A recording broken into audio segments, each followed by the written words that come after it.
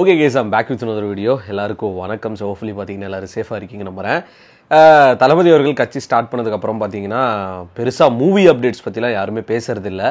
அந்த கோட் அப்படின்னு ஒரு படம் போகுது, அதை பற்றி பெருசாக அவங்களும் அப்டேட் கொடுக்குறதில்ல. நம்ம பசங்களும் பார்த்தீங்கன்னா கேட்குறதே நிறுத்திட்டாங்க. ஏன்னா இப்போ பசங்கள்லாம் ஃபுல் கான்சன்ட்ரேஷன் என்ன இந்த மனுஷன் பண்ண போகிறாரு, அரசியலுக்குள்ளே வந்து எப்படிலாம் எதிர்ப்பு வரப்போகுது, இதெல்லாம் எப்படி ஃபேஸ் பண்ணிட்டு உள்ளே வருவார் அப்படின்னு சொல்லிட்டு சினிமாவில் இருக்கிற எல்லாருமே பார்த்தீங்கன்னா தளபதிக்கு விஷ் பண்ணிவிட்டு ஒரு ட்வீட்டை போட்டோ இல்லை ஃபோன் பண்ணி பேசியோ, ரீசெண்டாக நம்ம தலைவரும் பார்த்தீங்கன்னா ஃபோன் பண்ணி பேசியிருக்காரு நம்ம சூப்பர் ஸ்டார் அவர்கள். அதுக்கப்புறம் பார்த்தீங்கன்னா தளபதியும் அதுக்கு ரெஸ்பாண்ட் பண்ணியிருக்காரு. ஆன்லைனில் எந்த பிரச்சனை வந்தாலும் ரெஸ்பாண்ட் பண்ணாதீங்க, ஃப்ரீயாக விடுங்க. 2024 எலெக்ஷன்ஸ் முடிஞ்சதுக்கப்புறம் நம்ம கட்சியோட பணி பார்த்தீங்கன்னா ரொம்ப தீவிரமாக நடக்கும் அப்படின்னு சொல்லிட்டு பார்த்தீங்கன்னா அவர் சொல்லியிருக்காரு. சரி, ஓகே, விச் இஸ் ஃபைன். இன்னும் என்ன ப்ரோ, இந்த கட்சிக்கு பிரச்சனை வரல. நார்மலாக படம் நடிக்கிறப்போவே இவர் அரசியல் பேசுகிறாருன்னு சொல்லிட்டு பிரச்சனை பண்ணுவாங்க. ஆனால் இப்போ மனுஷன் அரசியலுக்குள்ளே வந்துட்டாப்புல இன்னும் பிரச்சனை வரலையே அப்படின்னு சொல்லிட்டு கண்டிப்பாக நிறைய பேர் யோசனை இருப்பீங்க. ஃப்ரெஷ்ஷாக பார்த்தீங்கன்னா ஒரு பிரச்சனைன்றது வந்து இருக்குது. பட் இது எந்த அளவுக்கு தமிழக வெற்றி கழகம் டிவிக்கு எப்படி இதை ஹேண்டில் பண்ணுவாங்கன்னு தெரியல. இது கட்சியோட பேரே சேஞ்ச் பண்ணுறதுக்கான வாய்ப்பு இருக்குமானு ஒரு கொஷின் மார்க்கில் தான் பார்த்தீங்கன்னா எல்லாருமே இருக்காங்க. என்ன ப்ரோ சொல்கிறீங்க அப்படின்னு கேட்டிங்கன்னா, இப்போது தளபதி அவர்கள் ஸ்டார்ட் பண்ண கட்சி பேர் என்ன, தமிழக வெற்றி கழகம், ஷார்ட் ஃபார்மில் டிவிகே, இப்படி தான் பார்த்தீங்கன்னா எல்லாருமே சொல்கிறது. இந்த டிவிகே அப்படின்றது ஆல்ரெடி ஏதாவது தமிழ்நாட்டில் கட்சி இருக்கா அப்படின்னு கேட்டிங்கன்னா சத்தியமாக எனக்கு ஐடியாவே கிடையாது, எனக்கு தெரியவும் தெரியாது. இப்போது ஒரு கட்சி பார்த்தீங்கன்னா தளபதி அவர்கள் அவரோட கட்சி பேர் ஷார்ட் ஃபார்மாக டிவிகேன்னு கூப்பிடுறாரு. அது எங்களுக்கு பிடிக்கல, அது கண்டிப்பாக அந்த கட்சி மாற்றி தான் ஆகணும். டிவிக்கில் பார்த்தீங்கன்னா அந்த டிவிக்கில் இன்னொரு கட்சி பார்த்தீங்கன்னா ஆல்ரெடி இருக்கான், தமிழக வாழ்வுரிமை கட்சி அப்படின்னு சொல்லிட்டு ஆல்ரெடி தமிழ்நாட்டில் ஒரு கட்சி இருக்குது. இந்த 2024 எலெக்ஷன்ஸில் நாங்கள் பார்ட்டிசிபேட்டும் நாங்கள் பண்ணுறோம். ஆல்ரெடி எங்கள் கட்சி பார்த்தீங்கன்னா ரிஜிஸ்டர் பண்ண ஒரு கட்சி, எலெக்ஷன் கமிஷனுக்கும் பார்த்தீங்கன்னா இது தெரியும்.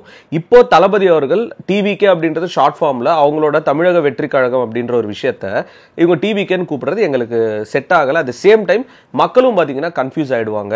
இது அவங்க பேர் மாற்றலை அப்படின்னா அதை பேரை மாற்ற சொல்லி நாங்கள் எலெக்ஷன் கமிஷன் ஒரு நோட்டீஸ் கொடுப்போம், ஒரு கம்ப்ளைண்ட் ரைஸ் பண்ணுவோம் அப்படின்னு சொல்லிட்டு அந்த தமிழக வாழ்வுரிமை கட்சி அப்படின்ற ஒரு டீம் பார்த்தீங்கன்னா அஃபிஷியலா நியூஸ் சேனல்ஸ்க்குலாம் பேட்டி கொடுத்துருக்காங்க. இது எனக்கு சொல்ல போனா பிரச்சனையா எனக்கு அது தெரியல. ஒரு கட்சி ஸ்டார்ட் பண்ணும்போது அந்த பேர்ல ஆல்ரெடி வேற ஏதாவது இருக்கா அப்படின்னு சொல்லிட்டு மேபி ரிசர்ச் பண்ணும்போது இது மிஸ் ஆக வாய்ப்பு இருக்கும். இந்த 2024 எலெக்ஷன்ல பார்த்தீங்கன்னா இந்த தமிழக வாழ்வுரிமை கட்சி அப்படின்றது எலெக்ஷன்ல பார்ட்டிசிபேட் பண்ண போறாங்களா? I think this gonna be a problem for the கட்சின்னு தான் எனக்கு தோணுது. ஏன்னா இப்போ ஆல்ரெடி டிவி எலெக்ஷன் கமிஷன்ல ரெஜிஸ்டர் பண்ணி இருந்தாங்கன்னா, தமிழக வெற்றி கழகம்ன்றது ரெஜிஸ்டர் பண்ணியிருக்க மாட்டாங்க. ஆனால் அந்த தமிழக வாழ்வுரிமை கட்சி அப்படின்றது டிவிக்கேன்னு அவங்க அஃபிஷியலாக கூப்பிட்டு இருக்கும்போது தளபதி அவர்களோட கட்சியும் பார்த்தீங்கன்னா சேமாக இருந்ததுன்னா எலெக்ஷன் கமிஷனில் பார்த்தீங்கன்னா அவங்களே கன்ஃபியூஸ் ஆகிடுவாங்க. ஏன்னா கட்சி பேர் டிஃப்ரெண்ட், இதுக்கான ஒரு அஃபிஷியல் அப்ரூவல் பார்த்தீங்கன்னா கண்டிப்பாக கொடுத்துருவாங்க எலெக்ஷன் கமிஷன். ஆனால் ஷார்ட் ஃபார்மாக அதை எப்படி கூப்பிடுறது அப்படின்றது தான் இப்போ பிரச்சனையாக மாறும். ஏன்னா டிவிக்கேன்றது 2 கட்சி இருந்ததுன்னா மக்களும் கன்ஃபியூஸ் ஆகிடுவாங்க அப்படின்னு சொல்லிட்டு அந்த கட்சியோட தலைவர் நினைக்கிறேன் அவர் பிரஸ் மீட்ல ஏதோ நியூஸ் சேனல்லாம் பேட்டி கொடுத்துருக்காரு. பிரச்சனைகள் ஸ்டார்ட் ஆகலன்னு நினைச்சேன், இதோ ஃப்ரெஷ்ஷாக பார்த்தீங்கன்னா ஒரு குழப்பம் ஸ்டார்ட் ஆகிட்டு இருக்கு. இதை பற்றி ட்விட்டரில் பெருசாக யாரும் பேசலை. நேற்று இந்த போஸ்ட் நான் பார்த்தேன், சரி ஓகே இன்னைக்கு ஒரு வீடியோ பண்ணி விட்டுடலாம் அப்படின்னு சொல்லிட்டு தான். ஆனால் இது எப்படி ஹேண்டில் பண்ண போகிறாங்க தமிழக வெற்றி கழகம் அப்படின்னு சொல்லி எனக்கு ஐடியா இல்லை. டிவிகேன்றது இப்போ அஃபிஷியலாக அவங்க சொன்னாங்களான்னு கேட்டிங்கன்னா டிவிகே அப்படின்னு ஒரு பேஜே அஃபிஷியலாக ட்விட்டரில் ஓப்பன் பண்ணிட்டாங்க. அப்படி இருக்கும்போது நாங்களும் டிவிகே வச்சுருக்கோம், நாங்கள் பல வருஷமாக இதில் இருக்கோம், ஆல்ரெடி ரிஜிஸ்டர் பண்ண ஒரு கட்சி, நீங்களும் அதே பேர் யூஸ் பண்ணுறதுக்கு அதே பேர் யூஸ் பண்ண நாங்கள் பர்மிஷன் கொடுக்க மாட்டோம் அப்படின்றது அவங்க சைடு அது லீகலாக பேசுகிறாங்க.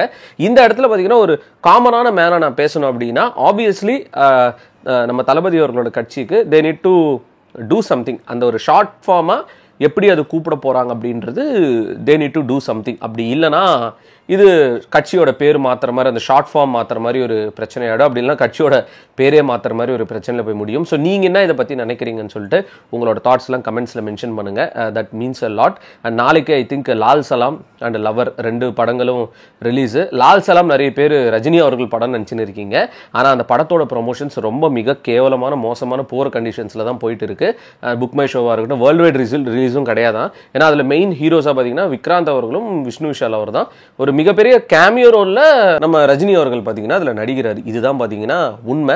லெட்ஸ் சி நாளைக்கு ஆக்சுவலாக அந்த 2 படத்தோட ரிவ்யூஸும் பார்த்தீங்கன்னா வந்துடும். அண்ட் வேற என்ன நீங்கள் ட்ராவல் பற்றி கண்டிப்பாக கேட்பீங்க. நேற்று இதை பற்றி நான் உட்காந்து ஃபீல் பண்ணி நான் வீடியோ எண்டில் கூட சொல்லியிருப்பேன். நேற்று போட்ட வீடியோவில் மறக்காமல் செக் பண்ணி பாருங்கள். நீங்கள் இப்போ ஃப்ரீயாக இருந்தீங்கன்னா இன்ஸ்டாகிராமை கிளிக் பண்ணுங்களேன், நம்ம கமெண்ட் செக்ஷனில் இருக்கும். அது அப்படியே அழகாக பார்த்தீங்கன்னா ஒரு கிளிக் பண்ணிங்கன்னா நம்மளோட ப்ரொஃபைல் வரும், பிசி விஜய்ன்னு சொல்லிட்டு ரீசெண்டாக அப்லோட் பண்ணியிருக்க ஒரு ரீல்ஸ் பாருங்கள்.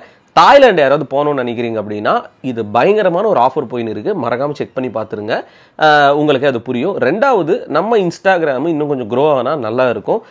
நீங்கள் இன்கேஸ் நம்மளை ஃபாலோ பண்ணலை அப்படின்னா இதுக்கு நீங்கள் ஆதார் கார்டோ இல்லை கேஸ் கார்டோ எதுவுமே நீங்கள் எங்களுக்கு கொடுக்க தேவையில்லை.